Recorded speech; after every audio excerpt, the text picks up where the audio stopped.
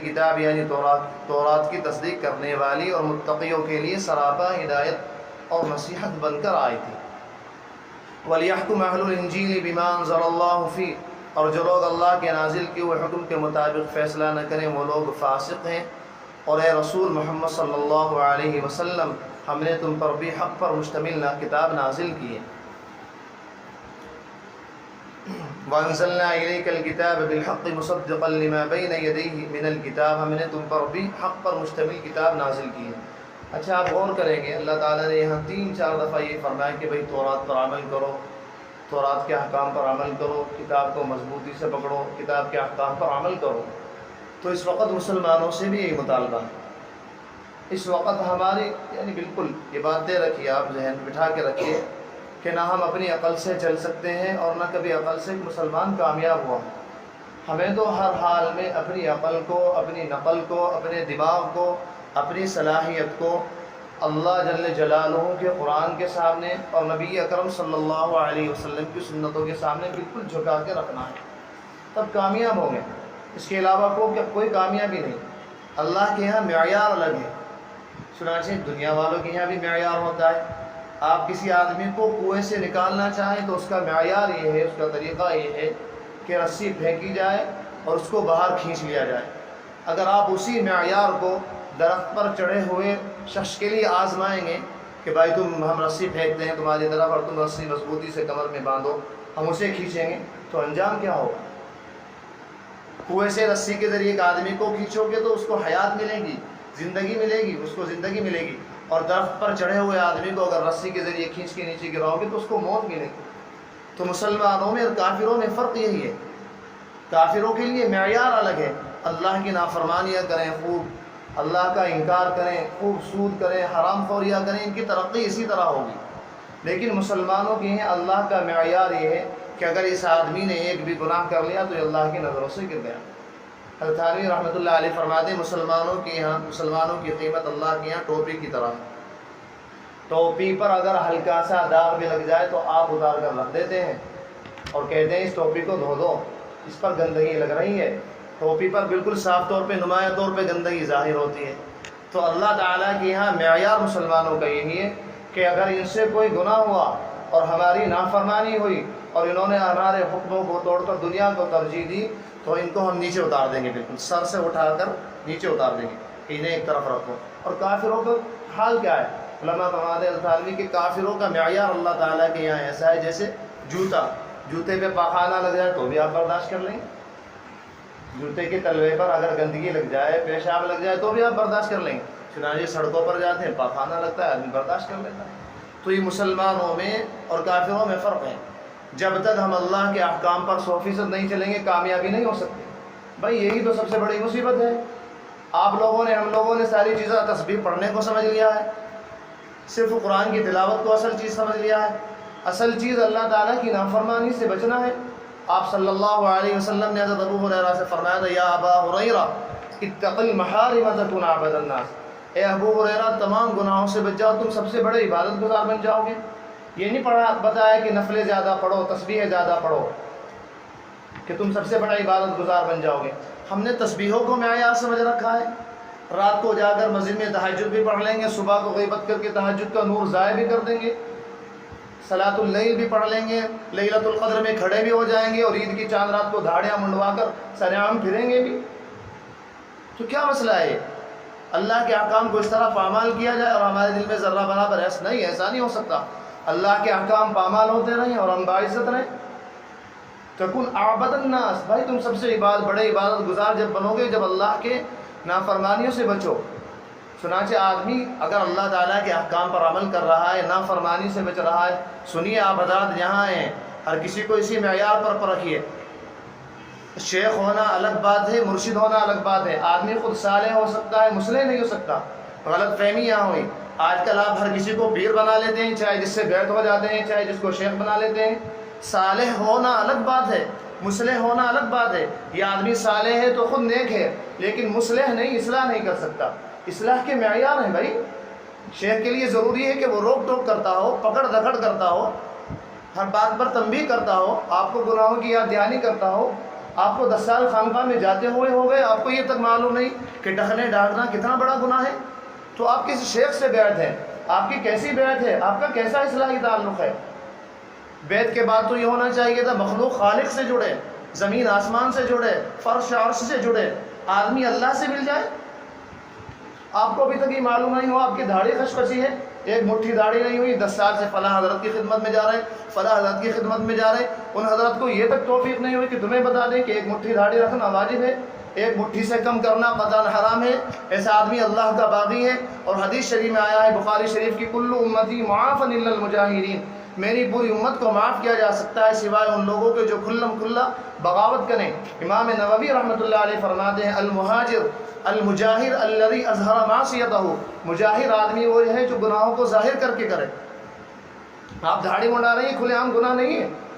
آپ کیا ثابت کرنا چاہتے ہیں؟ اللہ کا حکم میرے آگے کوئی چیز نہیں، اللہ کے رسول کا حکم میرے سامنے کوئی چیز نہیں، میں بغاوت کا جھنڈا لے کر کھلے عام سب کے سامنے داڑھی مڈا کر ثابت کروں گا کہ میں اللہ کا باغی ہوں، ٹخنے ڈھانک کر ثابت کروں گا میں اللہ کا باغی ہوں، فوٹو کھنچوا کر کھلے عام ثابت کروں گا میں اللہ کا باغی ہوں۔ اس معیار پر شیخ کو پرکھیے۔ کوئی آدمی نیک ہے، آپ اس کو شیخ سیدھا بنا لیتے ہیں۔ بھائی نیک ہونا الگ بات ہے، شیخ ہونا الگ بات ہے۔ ہمیں سر آنکھوں پر اس کی صالحیت، سر آنکھوں پر یہ آدمی صالح ہے، لیکن اس میں شیخ بننے کی صلاحیت نہیں، یہ آپ کی اصلاح نہیں کر سکتا۔ اصلاح کے لیے روک ٹوک ضروری ہے۔ اب کیا کیا معیار ہیں، شیخ کیسا ہونا چاہیے؟ پڑھیے تو آپ حضرت تھانوی رحمۃ اللہ علیہ کو، ان کی تعلیمات پر عمل کریے۔ وقت کا حکیم مجدد ملت، جس کو ساری دنیا نے حکیم الامت کہا ہو اور پوری دنیا نے جس کو زمانے کا مجدد مانا ہو اور جس کی زبان سے خود نکلا ہو کہ تصوف اور طریقت کو لوگوں نے بالکل غلط سلط کر دیا تھا، الحمدللہ اللہ تعالیٰ نے اشرف علی کو توفیق دی، شریعت کو بالکل پاک صاف کر کے رکھ دیا۔ قیامت تک آنے والے لوگ انشاءاللہ میری کتاب سے فائدہ اٹھاتے رہیں گے اور میری کتابوں کے ذریعے اپنے مریدین، متعلقین، اس مصلح چاہنے والے لوگوں کی اصلاح کرتے رہیں گے۔ تو اصل تو آدمی یہ ہے، اس معیار پر آپ پرکھیں کہ ہم سے گناہ چھٹے یا نہیں، یہ اب بھی گناہ زندگی میں باقی ہیں۔ اللہ کے احکام کی ہمارے دل میں کوئی عظمت ہوئی یا نہیں؟ اللہ کے احکام چاہے جس طرح توڑ دی جائے، اللہ کی عظمت کا یہی حق ہے، چاہے جس طرح نظر اٹھا لی جائے، چاہے جس طرح زبان چلا دی جائے۔ ہمارے حضرت نے فرمایا تھا اگر کوئی شخص تمہیں بیچ سمندر میں لے جا کر اور کہے کہ سامنے یہ عورت ہے، اس بد نظری کر کے دکھاؤ، ابھی تمہیں سمندر میں پھینک دوں گا یا قتل کر دوں گا، فرمایا وہاں کیسے جان بچاتے ہو؟ اپنی نظریں نیچے گاڑ لو گے، آنکھیں بند کر لو گے، آنکھیں کھول نہیں سکتے کیونکہ جان کو خطرہ ہے۔ جب تمہیں جان کی اتنی پرواہ ہے، ایمان کی کتنی پرواہ ہونی چاہیے بھائی؟ جب تمہارے گلے پر، میرے گلے پر کوئی خنجر رکھتا ہے، کتنی طاقت سے، کتنی ہمت سے ہم اپنی جان بچاتے ہیں۔ اسی طرح جب گناہوں کے تقاضے ہوں، اسی طرح ہم نے اپنے آپ کو روکنا ہے، اپنے آپ کو بچانا ہے۔ اللہ کی محبت کا حق یہ ہے کہ ان کی عبادت کی جائے، اللہ کی عظمت اور بڑائی کا حق یہ ہے کہ کوئی گناہ نہ کیا جائے۔ بتائیے یہ تو کتنی بڑی ذات ہے اللہ جل جلالہ، اگر ان کی عظمت کا جھنڈا ہم اپنے دل میں لہرا لیں تو ناممکن ہے ہمارے سے کوئی گناہ ہو جائے۔ ذرا سوچیے، جس ذات نے سورج پیدا کر دیا اور کروڑوں میل دور ہو کر وہ اتنی گرمی برسا سکتا ہے، اس کے قریب جا کر کیا حال ہوگا؟ اس ذات، جس ذات نے سورج پیدا کیا، اس کی نافرمانی؟ جس ذات نے زمین پیدا کی، ہمارے فرمایا کرتے ہیں اگر اللہ تعالیٰ ہمیں زمین و آسمان سے بالکل باہر نکالے اور ایک مصلی دے اور اس مصلی پر کہا جائے 2 رکعت پڑھو اللہ تعالیٰ کی قدرت دیکھ کر، اب دیکھیے ذرا سورج کو دیکھیے، چاند کو دیکھیے، بہتے ہوئے سمندروں کو دیکھیے، ہمالیہ جیسے پہاڑ کو دیکھیے، جب آپ ان چیزوں کو دیکھیں گے، جب جس عظمت اور بڑائی کے ساتھ اور اللہ کے خوف اور للہیت اور اخلاص کے ساتھ آپ کس انداز سے سجدہ کریں گے، ذرا خود اندازہ لگائیے۔ اللہ کے نبی کی سنتیں پامال ہو رہی، کوئی کہنے والا نہیں۔ لوگوں نے زبانوں پر تالے لگا رکھے ہیں، جن کو لوگ علماء، صلحاء، مصلحین سمجھتے ہیں، وہ بھی چپ ہیں بیچارے، پتہ نہیں ان کے یہاں کون سی بڑی مصلحت ہے، وہ کس کو مصلحت سمجھتے ہیں، لوگوں کو راضی رکھنا ہی مصلحت سمجھتے ہیں۔ حضرت امام جوزی رحمۃ اللہ علیہ اب سے 600 سال پہلے فرماتے ہیں اپنے مواعظ میں کہ آج جو لوگوں واعظوں کی دکانوں پر بھیڑ ہے، بڑے بڑے واعظین ہیں، ان کی وعظوں میں تقریروں میں ہزاروں کا مجمع ہے۔ بات یہی ہے کہ وہ لوگ حق بات نہیں کہتے، کیونکہ حق بات ہمیشہ طبیعت کے خلاف پڑتی ہے۔ اگر یہ لوگ حق بات کہتے تو ممکن نہیں تھا مجمع یہاں جم جاتا، مجمع بھاگتا، جو لوگ خالص تھے وہی جمتے۔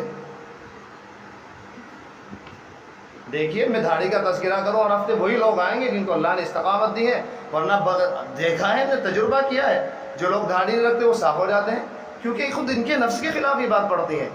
ہم ٹخنوں کی باتیں کرتے ہیں، جن کو ٹخنے کھولنا راضی نہیں، ان کا دل چاہتا ہے، ان کا اپنے دل پر عمل کر لیں گے، اللہ کے قانون کی ان کے یہاں کوئی حکم، کوئی قدر و قیمت نہیں۔ اللہ کا رسول کہتا رہا ہے کھولو بھائی کھولو، ٹخنے کھول کے رکھو، نہیں، اللہ کے رسول کا کوئی اہمیت نہیں ان کے یہاں، اپنے ٹخنے ڈھانک کر رکھے ہیں، تو تفسیر میں آنا چھوڑ دیں گے۔ پتہ نہیں کتنے لوگ ہیں بھائی، ہم نے دیکھا ہے، ان کے نفسوں کے خلاف یہ چوٹیں پڑ رہی ہیں، لیکن کہاں کریں، کس طرح چپ رہیں؟ کرونا پھیلا ہوا ہے، کرونا کے بجائے نزلے کی دوائی دیں تو بددیانتی ہے یا نہیں؟ آپ ایک ڈاکٹر صاحب کے پاس جا رہے ہیں مسلسل، اب آپ کو ہے کینسر، یعنی آپ سے مراد کسی کو بھی ہے کینسر، اور وہ ڈاکٹر صاحب نے چیک اپ بھی کر لیا، معلوم وہی ہو گیا ان کے علیہ باللہ، اللہ حفاظت فرمائے۔ کینسر جیسی مہلک بیماری ہے جو آدمی کو ختم کر دیتی ہے، اب وہ ابتدائی تھی، اس کو قابو کیا جا سکتا تھا، لیکن ڈاکٹر صاحب کو کہیں اس کو برا نہ لگے، کہیں اس کو فکر نہ ہو، کہیں غم میں گھل نہ جائے، اس کو بتایا نہیں کینسر ہے۔ اب وہ جب وہ آخری اسٹیج پہ پہنچی، کمزور ہو گیا، بے حال ہو گیا، اس وقت بتا رہے ہیں آپ کو تو کینسر ہے۔ ڈاکٹر صاحب آپ نے پہلے بتایا کیوں نہیں؟ بھائی مجھے فکر تھا آپ ناراض ہو جاؤ گے، غصے ہو جاؤ گے، آپ کمزور ہو جاؤ گے، کتنے برا بلا کہے گا لڑنے مرنے کے لیے کہ آپ کی بددیانتی ہے۔ اس وقت علماء کی ذمہ داری ہے کھل کر حق بات کہیں، مجمع چھٹے یا نہ چھٹے، کوئی بیٹھے یا نہ بیٹھے، ہمیں مجمع سے کوئی تعلق نہیں ہے، کم سے کم ان کے کانوں تک اللہ کے احکام تو پہنچے، اللہ کے قانون تو پہنچے۔ آپ کل کو قیامت کے دن یہ نہ کہہ سکیں کہ کوئی ایک بھی ایسا نہیں تھا جس نے ہمیں یہ نہیں بتایا کہ داڑھی منڈانا اتنا بڑا گناہ ہے، کہ اللہ کے رسول فرماتے ہیں پوری امت کو معاف کیا جا سکتا ہے سوائے ان لوگوں کے جو کھلا گناہ کر سکتے ہیں، ان کو معاف نہیں کیا جائے گا ٹخنے ڈھانکنا۔ کم سے کم یہ تو آپ کو معلوم ہو گیا۔ اب آپ عمل کریں یا نہ کریں آپ کا ذاتی مسئلہ ہے۔ اتق المحارم تکن عبد الناس، اللہ کے گناہوں سے بچو، اللہ کی نافرمانیوں سے بچو، سب سے بڑا عبادت گزار بن جاؤ گے۔ اللہ تعالیٰ فرماتے ہیں وَلَقَدْ وَصَّيْنَا الَّذِينَ أُوتُوا الْكِتَابَ مِنْ قَبْلِكُمْ، ہم نے تم سے پہلے لوگوں کو بھی یہی وصیت کی تھی۔ مسلمانوں صرف تمہارے لیے اعمال نہیں ہے، ہم نے تم سے پہلے لوگوں کو وصیت کی تھی تقوی اختیار کرنا، اللہ کے احکام پر جم کے رہنا تاکہ تم کامیاب ہو جاؤ۔ ہمارا کام اللہ کے احکام کے تحت رہ کر چلنا ہے، چاہے مدرسے والے ہوں، چاہے تبلیغ والے ہوں، چاہے خانقاہ والے ہوں، ہر کسی کا کام یہ ہے کہ اللہ کے حکم کے تحت رہ کر چلے۔ اب مجمع آئے یا نہ آئے، بھائی آپ کو کیا، آپ نہیں جی فلاں کے یہاں سود کا کام ہے، اس کے یہاں دعوت کو منع کیا گیا دعوت نہ کھاؤ، نہیں جی دعوت کھا لیں گے، کیوں اس کو جوڑنا ہے؟ آپ اس کو جوڑنے کے لیے کیوں خود کو اللہ تعالیٰ سے توڑ رہے ہو بھائی؟ آپ اس کو جوڑنے کے لیے خود کو کیوں جہنم سے جوڑ رہے ہو؟ کب آپ کو اللہ تعالیٰ نے مکلف کیا ہے کہ حرام دعوتیں کھا کر لوگوں کو جوڑو، مسجدوں میں لاؤ، مدرسوں میں لاؤ، خانقاہ میں لاؤ، جہاں تک ہو سکے وہاں تک کرو، اللہ کے قانون کے تحت کرو۔ جب کام اللہ کے قانون کے تحت کیا جائے گا اس کے ثمرات برکات بے انتہا ہوں گے۔ دیکھیے ایک آدمی ہی تو بیٹھا تھا جس کا نام اشرف علی تھا، اب سے 125 سال پہلے، جس کو کوئی نہیں جانتا تھا، اکیلا بیٹھا، اللہ کے احکام کو لے کر بیٹھا، حتیٰ کہ اپنے گھر کی وراثت ساری زمین جائیداد کو چھوڑ دیا، جب تک شادی بھی نہیں ہوئی تھی، ہلکا سا شبہ کچھ ہوا، سارا، حضرت کے والد بہت بڑے مالدار، سب کچھ چھوڑ دیا اور لات مار دی۔ حضرت مولانا رشید احمد صاحب گنگوہی کے پاس لکھا، حضرت نے فرمایا کوئی فکر کی بات نہیں، اپنی جگہ بیٹھے رہو، انشاءاللہ اللہ تعالیٰ غیب سے اسباب پیدا کریں گے۔ یہ فرد واحد جس کو دنیا جانتی نہیں تھی، آج کون سا دنیا کا کنارہ ایسا ہے اور کون سا دنیا کا شہر ایسا ہے جس میں اشرف علی کا نام نہ لیا جاتا ہو اور جہاں کے علماء اس کو جانتے نہ ہو، اور جہاں حکیم الامت اور مجدد الملت جیسے القاب ان کے لیے نہ آتے ہوں۔ اگر وہ چاہتے تو آسانیاں دے دے کر لوگوں کو اپنے سے جوڑتے، لیکن آسانیاں ختم کر کے اللہ تعالیٰ کے احکام پر سختی سے عمل کر کے وہیں جمے رہے، تو آج پوری دنیا میں حکیم الامت کا نام ہے۔ تو کام ایسے ہوتا ہے۔ ایک آدمی تنہا جنگل میں بیٹھا، اس جنگل کو اس نے منگل بنا دیا اللہ کے احکام پر عمل کے۔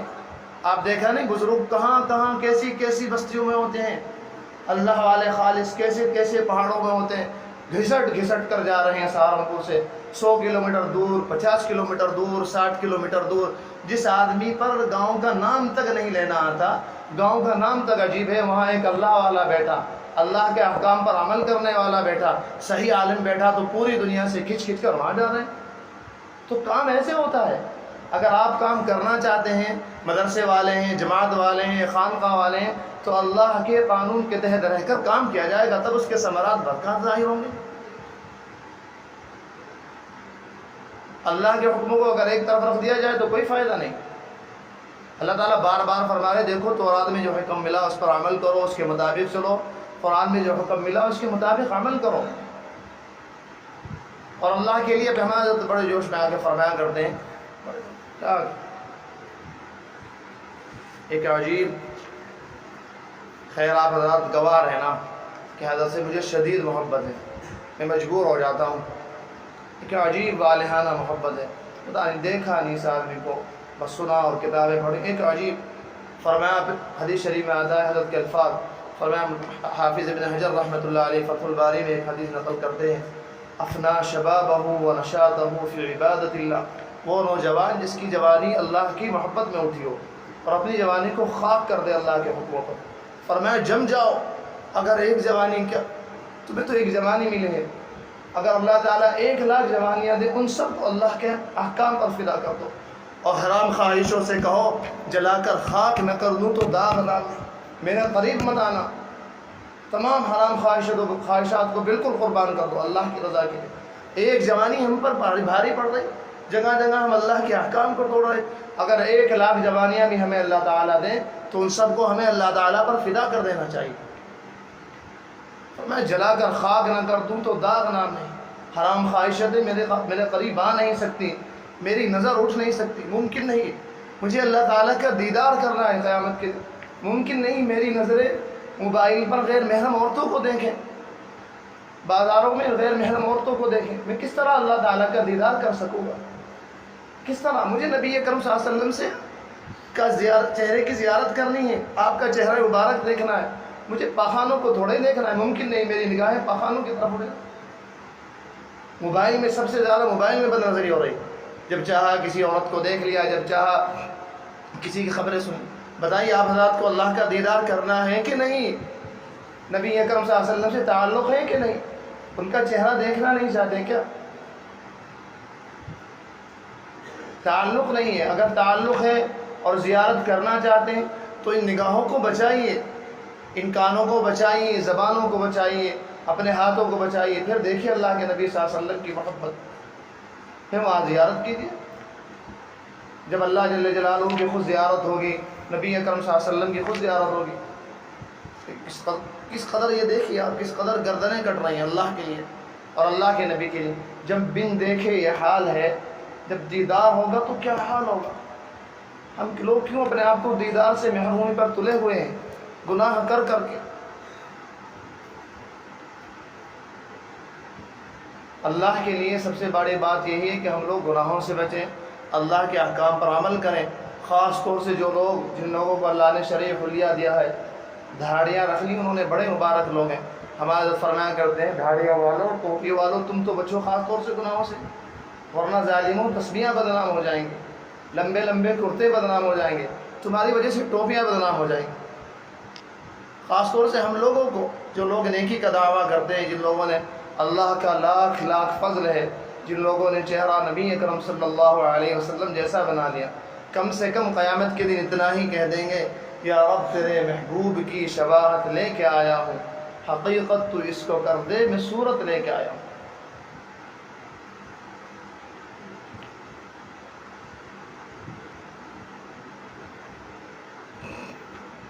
وَلْيَحْكُمْ أَهْلُ الْإِنْجِيلِ بِمَا أَنزَلَ اللَّهُ فِيهِ، اور جو لوگ اللہ کے نازل کیے ہوئے